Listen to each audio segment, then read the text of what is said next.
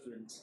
So up until the last class in area under curve हम लोगों ने कुछ टॉपिक्स कवर कर लिए थे बेसिक्स, एक्स एक्सिस के साथ एरिया, वाई एक्सिस के साथ area, horizontal strips, vertical strips लेके एरिया कैसे लेना है, दो कर्व के बीच में एरिया कैसे लेना है, डेफिनेट इंटीग्रेशन और एरिया के बीच में क्या डिफरेंस आता है, मॉड क्यों लगाते हैं एरिया लेते वक्त। तो ये ऑलमोस्ट हमने बेसिक पॉइंट सारे कवर कर लिए थे।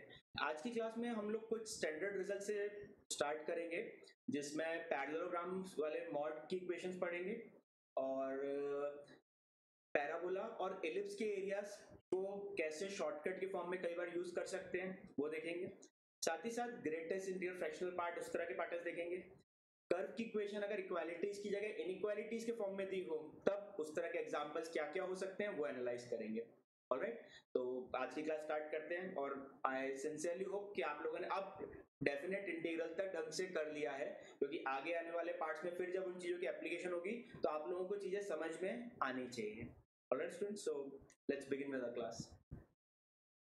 तो स्टूडेंट्स, हम लोग यहाँ पे कुछ स्टैंडर्ड रिजल्ट्स और कुछ पैटर्न्स देखने वाले हैं, जिसमें हमारे पास जो पहला पैटर्न है वो है ये पैराबोला। स्टैंडर्ड पैराबोला ले रहे हैं हम लोग, y square equals to 4ax, और इसमें एक पॉइंट मार्क कर दिया मैंने 80 स्क्वायर 280। यहाँ पे ये जो दो रीजन्स दिख रहे हैं, यहाँ पे देखो एक परपेंडिकुलर मैंने यहाँ पे प्रिंसिपल एक्सिस पे ड्रॉप किया है और एक मैंने यहाँ पे कहाँ पे ड्रॉप किया है, टेंजेंट वर्टेक्स पे। इसके कारण ये दो रीजन्स में डिवाइड हो रहा है, तो इन दो रीजन्स का आपस में जो एरिया का रेशियो वो हमेशा कांस्टेंट होता है। आई होप आप लोगों ने लास्ट ईयर ये पैराबोला में भी पढ़ा होगा शायद। फिलहाल मैं एक बार इसको वापस से डिराइव कर रहा हूँ और हम लोग यहाँ पे इसको कैसे यूज करेंगे एग्जांपल्स में देखेंगे। फिर जैसे कि यहाँ पे इन एरियाज को मार्क कर दूं, पहला एरिया A1 और दूसरा एरिया A2। अगेन ये पूरा एरिया तो हम लोग निकाल सकते हैं क्योंकि ये रेक्टेंगल है, तो उसके कारण ये जो बेस है ये 80 स्क्वायर आ जाएगा, ये जो हाइट है ये 280 आ जाएगी। फिलहाल मैं ऊपर की तरफ कंसीडर कर रहा हूँ तो t पॉजिटिव ही मान रहा हूँ। ऐसा करने से A1 plus A2 total value तो आ गई हमारे पास 2a square t cube, base और हाइट मल्टीप्लाई करके, ठीक है ना। अब इसी में या तो A1 या A2 में से कोई एक निकालने की कोशिश करता हूं मैं। तो एक काम करते हैं, y dx निकालने के लिए मुझे यहाँ रूट लेना पड़ेगा ये एरिया लेने के लिए, मैं उसकी जगह यहाँ पे ये हॉरिजॉन्टल स्ट्रिप्स लेके इंटीग्रेशन कर देता हूँ, तो ये मुझे ब्लू वाला एरिया फाइंड आउट करना आसान हो जाएगा। तो y dx की जगह मैंने क्या ले लिया, x dy, और y की वैल्यू 0 से लेके 280 होगी यहाँ पे। इसको इंटीग्रेट करेंगे, सॉल्व करेंगे पूरा, x की वैल्यू यहाँ से पुट करेंगे, देखो x कितना है y स्क्वायर बाय 4a, जो कि मैंने यहाँ पुट कर दिया इस जगह पे, और इससे ये रिजल्ट आ गया है। इंटीग्रेट करो, रिजल्ट हमारे पास आएगा 2a square t cube by 3। ध्यान से नोटिस करो ये वाली जो वैल्यू आ रही है ये टोटल वैल्यू का 1/3 है ना। मतलब इतना जो एरिया है इस टोटल एरिया का 1/3 है, तो बचा हुआ एरिया इस टोटल एरिया का क्या होगा, 2/3। तो इन दोनों एरियाज का आपस में रेशियो हमेशा क्या आएगा, 2:1। या ये भी याद रख सकते हैं, अगर मैं रेक्टेंगल के एरिया से कंपेयर करूं तो रेक्टेंगल का 2/3 एरिया ये होगा और 1/3 एरिया ये होगा, ठीक है ना।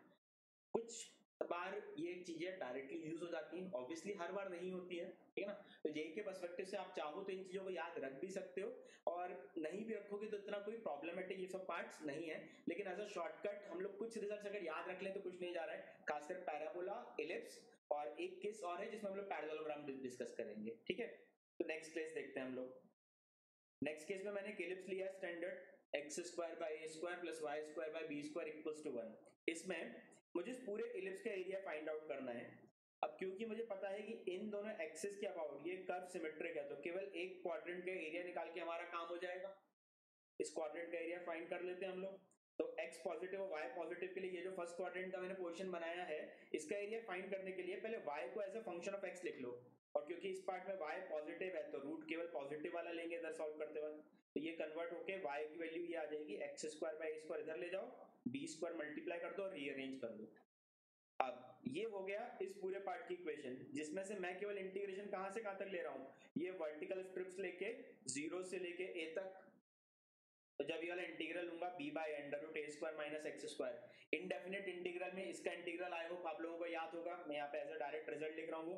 इस पार्ट का इंटीग्रल b बाय 2 मैंने बाहर ले लिया, इस पार्ट का इंटीग्रल कितना आएगा, x by 2 under root a square minus x square plus a square by 2 sine inverse x by, जिसमें लिमिट क्या पुट करनी है मुझे, 0 से लेके a, क्योंकि हमने ये स्ट्रिप्स ली है वर्टिकल, तो x की वैल्यू वेरी कराएंगे हम लोग, इन दोनों एक्सिस के बीच का एरिया है ना। तो 0 से लेके ये लाइन x इक्वल्स टू 0, ये line x equals to a। ये इंटीग्रेशन जब सॉल्व करेंगे तो 0 और a ये तो दोनों जगह 0 आ रहा है, 0 पे ये 0 है, a पे ये 0 है, ये वाला पार्ट वापस से 0 पे 0, बस a की वैल्यू पुट करनी है यहाँ। जब यहाँ a पुट करेंगे तो ये देखो साइन इनवर्स 1 हो जाएगा। साइन इनवर्स 1 कितना होता है, पाई बाय 2। तो ये वाला पोर्शन कितना आने वाला है, पाई a स्क्वायर बाय 4, जिसमें b बाय a मल्टीप्लाई करेंगे हम लोग, तो ये सॉल्व होके पाई a b बाय 4 आएगा। अगेन ये तो क्या इतना पोर्शन का एरिया है हमारे पास। आई होप ये वैसे भी आप लोगों को याद होगा, मैंने यहाँ डिराइव भी कर दिया है। तो टोटल एलिप्स का एरिया मुझे जब निकालना है, ठीक है ना, तो जो टोटल एलिप्स का मेरे पास एरिया आने वाला है वो कितना आएगा, वो टोटल एरिया मेरे पास आ जाएगा कितना, पाई ए बी, राइट। मुझे टोटल एरिया निकालना है यहाँ पे। टोटल एरिया मेरे पास कितना आ जाएगा, पाई ए बी, जिसका ये वाली जो एक्सिस है, ये एक्सिस ए है और ये वाला पार्ट बी है, राइट। ऐसी एक पार्ट और देखते हैं। So next third standard case जो हमें याद रखना होता है वो है जिसमें एक पैरेललोग्राम बन रहा है, ठीक है ना। तो यहाँ पे कोई भी इस तरह की इक्वेशन जिसमें दो लीनियर टर्म्स हो मॉड के अंदर और किसी पॉजिटिव वैल्यू के बराबर हो, ठीक है, तो उस केस में ये जो भी डायग्राम बनेगा वो एक पैरेललोग्राम रिप्रेजेंट करेगा। और इस पैरेललोग्राम की खास बात ये होगी कि यहाँ पे ये जो अंदर वाली इक्वेशंस है ax plus B Y plus C और px plus Q Y plus R, ठीक है ना, ये जो इक्वल्स टू जीरो करके इक्वेशन मिलेगी वो इसी पैरेललोग्राम के डायगोनल्स होंगे। इसका एक प्रूफ एसओटी के थ्रू हम लोग कर सकते हैं, बट अभी उतना हम लोग डिटेल प्रूफ में नहीं जा रहे हैं क्योंकि इसके हम लोग केवल बेसिक केसेस करने वाले हैं जिस तरह की जेई पूछ रहा है। तो इस तरह के जो सिनेरियोस बनते हैं ये हमेशा क्या रिप्रेजेंट करते हैं, पैरेललोग्राम। अब इसी के साथ साथ देखो इसमें एक चीज और देखते हैं कि इसमें अगर AP प्लस BQ 0 है, मतलब ये लाइन और ये लाइन आपस में परपेंडिकुलर है, तो ये 90 डिग्री बनेगा। तो ये जो डायग्राम है ये हमारा क्या बन जाएगा, रोम्बस। और इसी में अगर a square plus B square, मतलब इन कोफिशिएंट्स के स्क्वायर का sum, p square plus q square इन कोफिशिएंट्स के स्क्वायर के सम के बराबर है, तो यही जो डायग्राम है ये रेक्टेंगल बन जाता है, ठीक है। और अगर ये दोनों चीजें एक साथ हो जाएं तो ऑब्वियसली हम लोग बोल सकते हैं कि क्या बन जाता है, स्क्वायर। जेई में जो मैक्सिमम केसेस आए हैं वो या तो रोम्बस पे या स्क्वायर पे ही बेस्ड है। इनफैक्ट ये वाला केस सबसे ज्यादा आया हुआ है जिसमें ये दोनों सिनेरियोस एक साथ हो सकते हैं। इनफैक्ट आप लोगों को एक इस तरह की इक्वेशन याद भी होगी इसमें जैसे mod x plus mod y 2 है, ठीक है ना, ये इस तरह का एक स्क्वायर बनता था। आई होप स्ट्रेट लाइन में पढ़ा होगा, नहीं भी तो अभी मैं कुछ चीजें बताऊंगा उसके थ्रू देख लेना। तो ये एक तीसरा स्टैंडर्ड फॉर्म है जो हमें याद होना चाहिए। तो देखो हमने तीन चीजें पढ़ी, कौन कौन सी, एक तो पैराबोला के साथ ये जो एरियाज का रेशियो आता है, फिर एलिप्स का टोटल एरिया, और यहाँ पे ये क्या है, एक पैरेललोग्राम का एरिया। अब ऑब्वियसली अभी तो मैंने कल ये इंप्लाई किया है कि डायग्राम बनेगा कैसे। अगर मुझे इसका एरिया निकालना हुआ तो हम लोग क्या करेंगे, मान लो ये दो लाइंस की इक्वेशन तो मुझे पता है L1 और L2, इसको सॉल्व करके O निकाल लेंगे।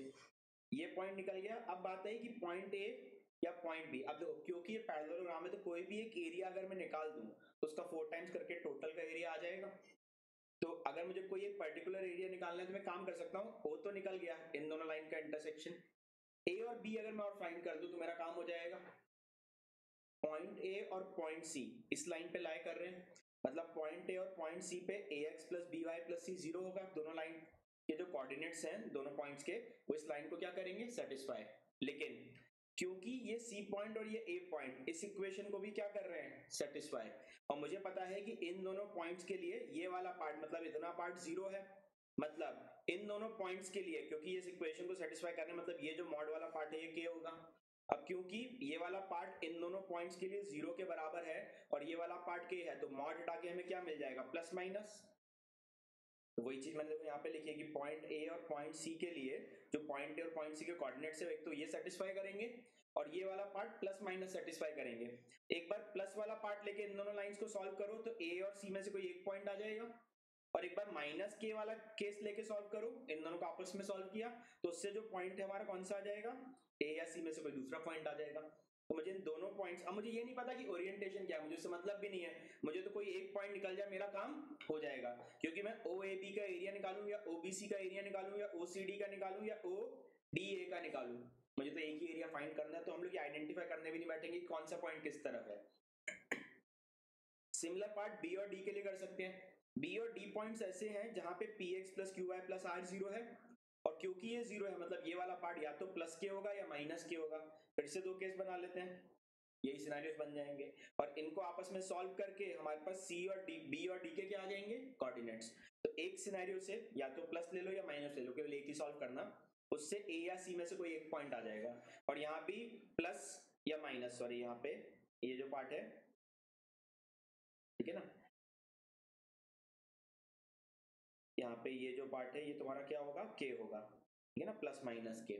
ये पार्ट इसके साथ सॉल्व करेंगे, आपस में आंसर निकालेंगे, तो हमारे पास कौन सा पॉइंट, बी या डी में से कोई आ जाएगा।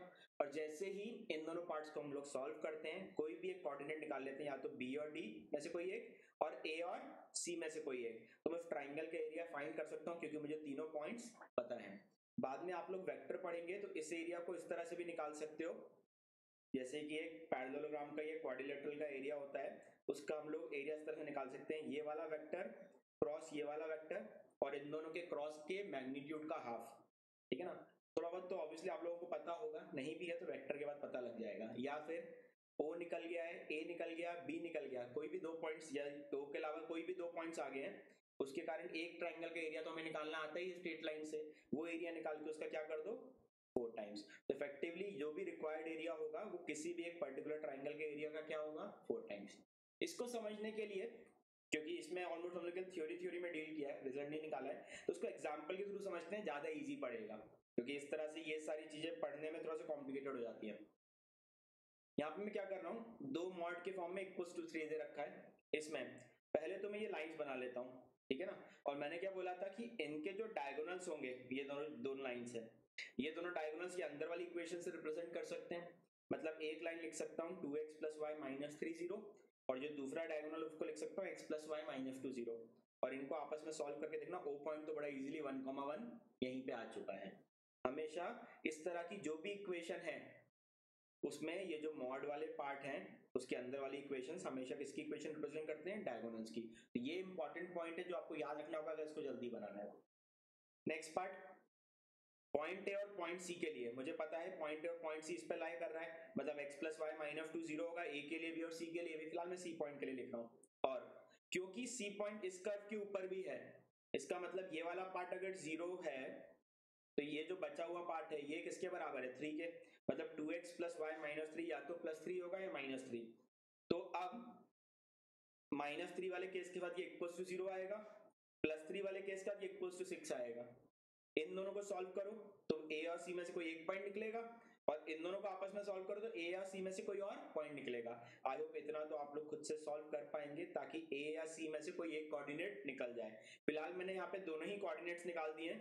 एक कोऑर्डिनेट आ रहा है हमारे पास -2,4, और एक कोऑर्डिनेट आ रहा है 4,-2। यहाँ पे कोई एक भी निकाल लोगे तो हमारा काम चल जाएगा। मैंने एक को ए और एक को सी बिना किसी लॉजिक के मान लिया है कि कोई ना कोई एक तो ये होगा ही होगा। रिवर्स भी हो सकता है, अगर मैं ए और सी मानने में ओरिएंटेशन चेंज कर दूं, बट उससे मेरे एरिया के आंसर पे फर्क नहीं पड़ेगा। सिमिलरली बी और डी पॉइंट के लिए, क्योंकि ये दोनों पॉइंट इस लाइन पे भी लाई कर रहे हैं और इस कर्व को भी सेटिस्फाई कर रहे हैं, मतलब 2x प्लस वाई माइनस 3 0 होगा इन दोनों पॉइंट्स के लिए, और x प्लस वाई माइनस 2 की वैल्यू क्या होगी, प्लस माइनस 3। सॉल्व करेंगे, x प्लस वाई के दो आंसर है। फिर से या तो इन दोनों इक्वेशंस को आपस में सॉल्व करके कोई एक पॉइंट निकाल लो, और फिर इन दोनों इक्वेशन सॉल्व करके सेकंड पॉइंट निकाल लो। तो ये भी जब आपस में सॉल्व करेंगे ये पॉइंट्स आएंगे -2,7 और 4,-5। अब जैसे कि मैंने बोला था, मुझे ब्लू वाले में से दो में से एक कोऑर्डिनेट, और जो रेड वाले कोऑर्डिनेट्स मार्क है उनमें से कोई एक पता होना चाहिए, मेरा एरिया आ जाएगा। तो मैं इस वाले ट्राइंगल का एरिया निकाल लेता हूँ जरा। ये जो मैंने शेडेड पोर्शन लिया है, इसमें मुझे ओ मान लिया है, ए मान लिया और बी मान लिया है। अब तो इसका एरिया हम लोगों को निकालना आता ही है, 3 पॉइंट्स के कोऑर्डिनेट से डिटर्मिनेंट लगाओ, सॉल्व कर दो, और ये जो भी एरिया आएगा उसका क्या कर देंगे, 4 टाइम्स। तो टोटल कैलकुलेट करना कि एरिया कितना आने वाला है, 18। तो इस तरह से हम लोग ये थर्ड पॉइंट भी आई होप इजीली आप समझ सकते हैं। इसमें ये जो आपके पॉइंट्स मैंने यहाँ मेंशन किए हैं इनको याद रखना, क्योंकि इसके बेसिस पे ही हम लोग यहाँ सॉल्व कर पाएंगे। और यहाँ पे जो आर है उसकी जगह क्या है, के ले रहे हैं, ठीक है। मुश्किल नहीं है, बट क्योंकि जैसे कि मैंने बोला कि वैसे भी इतना डिटेल में पूछा नहीं गया है, हमसे जो पैटर्न्स पूछे गए हैं वो कुछ इस तरह के हैं, जैसे 2 mod x plus 3 mod y equals to 6, या mod x plus mod y equals to 3, या इसी में इनइक्वालिटीज बना के पूछी गई हैं, तो उनको अब हम लोग प्रॉब्लम्स के थ्रू ही डील कर लेंगे। बट अगर बाई चांस कोई जनरल केस आ जाता है तो मैंने जनरल केस के सारे सिनेरियोस आपके लिए यहाँ पे मैंने मेंशन कर दिए हैं, ठीक है स्टूडेंट्स। तो ये तो हमारे पास कुछ 3 पॉइंट्स हो गए, बेसिक पॉइंट्स, जो मैंने बोला कि इन पैटर्न्स को आप लोग याद रख सकते हैं, और याद रखेंगे तो कई बार कैलकुलेशन इजी हो जाता है। इनके कुछ एग्जाम्पल देख लेते हैं जिसमें ये जो 3 पैटर्न है इनका यूज हो रहा हो। सो अभी अभी जो हम लोगों ने कुछ स्टैंडर्ड पैटर्न्स पढ़े हैं उस पर कुछ सिंपलर से एग्जांपल्स हैं और कुछ ऐसे एग्जांपल्स में ले रहा हूँ जिसमें हम लोग उनकी डायरेक्ट एप्लीकेशन करके आंसर जल्दी निकाल सकते हैं। ऑब्वियसली हो सकता है कि कुछ पोर्शन हम लोग इस मेथड से शॉर्टकट से निकाल पाए और कुछ प्रॉब्लम्स में हमें कुछ और भी सॉल्व करना पड़ सकता है, बट फिलहाल मैं कुछ बेसिक एग्जांपल्स ले रहा हूँ, उनसे चीजें समझने की कोशिश करते हैं। तो पहला एग्जांपल हमारे पास है area bounded between the parabola y square equals to 4ax और line y equals to mx, जिसमें m को मैं जीरो नहीं मान रहा हूँ, ठीक है ना। इनफैक्ट m को पॉजिटिव मान के कंसीडर कर लेंगे, बाद में मॉड लगा देंगे अगर नेगेटिव भी आ रहा होगा तो पहले फिलहाल तो ये एक पैराबोला और ये लाइन है, इनको ड्रॉ कर लेते हैं। इस तरह का कुछ डायग्राम बनेगा, ये पैराबोला और ये लाइन, ठीक है ना। इनका कोई इंटरसेक्शन पॉइंट आएगा वो मार्क कर लेते हैं। तो इन दोनों को आपस में सॉल्व करो, y को mx यहाँ पे रखो तो दो आंसर आएंगे, एक तो 0 और एक x की वैल्यू आएगी 4a/m²। उस x की वैल्यू को यहाँ पुट कर दो तो y का कोऑर्डिनेट भी आ जाएगा। तो ये दो इंटरसेक्शन पॉइंट आ गए। इनके बीच में एरिया बाउंडेड निकालना है, मतलब ये रीजन निकालना है हम लोगों को। इस रीजन को निकालने के थोड़ी सी स्मार्टनेस लगाते हैं और ढंग से कैलकुलेट करते हैं इसको, ठीक है ना। तो देखो कैसे, यहाँ पे ये जो एरिया निकालना है इसको मैंने a मान लिया और ये जो एरियाज बच रहे हैं इनको भी मैं a1 और a2 मान लेता हूँ, जैसे कि यहाँ पे देखो शेडेड दिख रहा है आप लोगों को। अब याद करो मैंने बोला था जस्ट अभी जो थ्योरी पॉइंट्स पढ़ाए थे उसमें जब पैराबोला वाला पार्ट देखा था तो देखो ये वाला रीजन और ये a1 a2 ऑब्वियसली डिफरेंट है हमारे, उसी को अप्लाई मैं यहाँ पे कर लेता हूँ। तो यहाँ पे जो a प्लस a1 है इतना एरिया, वो इतने एरिया का डबल होगा, राइट। और ये टोटल एरिया हम लोग वैसे भी निकाल सकते हैं क्योंकि ये रेक्टेंगल है। तो यहाँ पे पहले तो ये टोटल एरिया निकाल लिया, कैसे, ये base 4a/m², height 4a/m, exact लिखना है तो मॉड लगा देंगे। फिलहाल हम लोग इसी तरह से लिखते हैं, बाद में देख लेंगे नेक्स्ट पार्ट के लिए। मैंने अभी बोला था कि a प्लस a1 जो इतना एरिया आता है, ये जो रीजन आता है वो इस रीजन का क्या होता है, डबल। तो सेकंड पार्ट ये आ गया, राइट। अब तो यहाँ से अगर मैं इन दोनों पार्ट को कैलकुलेट करूंगा तो a प्लस a1 32a² आएगा और ऑब्वियसली ये जो a प्लस a1 है वही 2a2 भी होगा, ठीक है ना, ये ट्वाइस a2 के बराबर है, ऑलराइट। अब अगेन यहाँ पे देखो a1 की जो वैल्यू है ये वाला पार्ट, ठीक है ना, ये वाला एरिया हम लोग डायरेक्टली देखो कैसे निकाल सकते हैं। ये जो रेक्टेंगल है ना, इस रेक्टेंगल में देखो ये डायगोनल है कि नहीं। तो डायगोनल जो है वो रेक्टेंगल के एरिया को दो इक्वल पार्ट्स में डिवाइड करेगा, मतलब जो a1 की वैल्यू है वो a प्लस a2 के बराबर भी है। तो एक पार्ट इससे भी आ गया हमारे पास कि जो a1 की वैल्यू है वो a प्लस a2 है। इससे अब हम लोगों के पास क्योंकि काफी इक्वेशन होगी, अब a1 a2 a सब इंडिविजुअली इजिली निकाल सकते हैं। तो यहाँ पे अब आप लोग इस वाले पोर्शन से a कैलकुलेट करना, उसकी वैल्यू सॉल्व करके आएगी 8a² / 3m³ और जिसको अगर मुझे एग्जैक्ट लिखना है तो हम लोगों को क्या लगा देना चाहिए, यहाँ पे इस वाले पार्ट में क्या लगा देना चाहिए, मॉड। तो ये एग्जैक्ट वैल्यू हो जाएगी m नेगेटिव a नेगेटिव, वैसे तो a से फर्क नहीं पड़ रहा क्योंकि a पे स्क्वायर आ रहा है, क्योंकि a का साइन भी रिवर्स हो सकता था, पैराबोला इधर भी बन सकता था, लेकिन हर केस में मैं यहाँ पे केवल मॉड लगा के आंसर ला सकता हूँ। तो जब जो अभी छोटे से पॉइंट पढ़ाए थे उनके बेसिस पे मैंने इंटीग्रेशन अवॉइड कर दिया।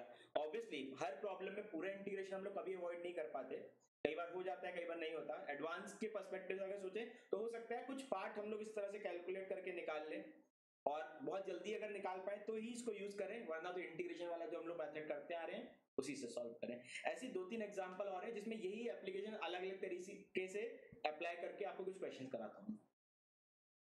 सो अगेन एक सिंपलर और सिमिलर एग्जांपल देखते हैं हम लोग जो अभी हमने पॉइंट्स पढ़ रखे हैं। यहाँ पे एरिया बाउंडेड बिटवीन ये वाला पैराबोला और इस इलिप्स के बीच में बाउंडेड एरिया निकालना है, ठीक है ना। इस इलिप्स की मेजर एक्सिस होगी हमारी 6, माइनर एक्सिस 4 और ये पैराबोला जो है इसका जो लेटस रेक्टम है वो 2 है, ठीक है।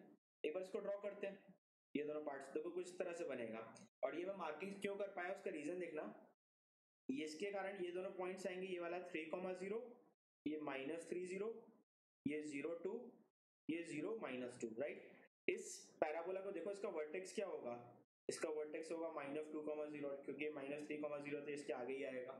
अगेन ये y एक्सिस को वहीं कट कर रहा है जहां पे इलिप्स कट कर रहा है, उसका रीजन देखो यहाँ पे अगर मैं x को 0 पुट करूं तो y² 4 आ रहा है, मतलब y के दो आंसर आ रहे हैं, एक तो +2 और एक -2।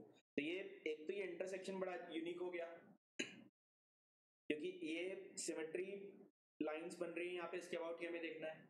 अगेन यहाँ पे ये जो दो एरियाज है, ये ब्लू वाला पार्ट जो मैंने मार्क किया है, ये येलो वाला, हमें इन्हीं दोनों एरियाज का क्या निकालना है, रेशियो।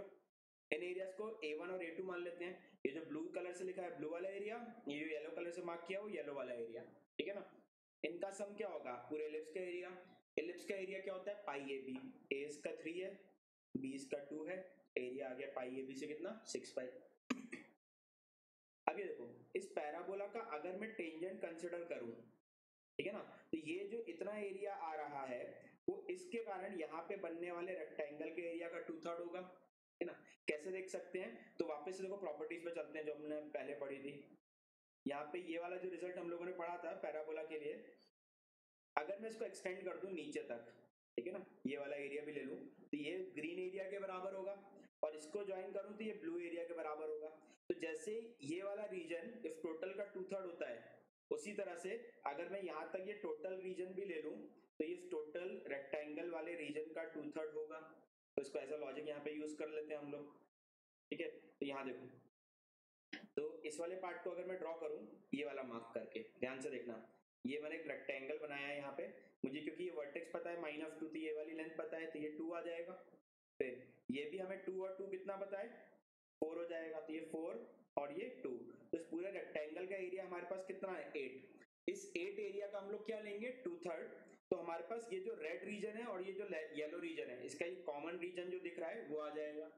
तो वो रीजन कितना आ रहा है 8 का 2/3, क्योंकि ये हमारे पास 4 है, ये हमारे पास 2 है, ये आ गया 16/3, इतना रीजन, राइट। इसको मैंने किससे डिनोट किया है, ए से। ए यहाँ पे टोटल रीजन नहीं है, ये जो कॉमन रीजन आ रहा है ये वाला रीजन है, ठीक है ना, मतलब ये रीजन है ए हमारे पास, राइट। अब जैसे ही हमारे पास ये रीजन निकल गया और हमें पता है कि आधा एरिया जो है इस एलिप्स का वो क्या होगा, इसका आधा 3 पाई।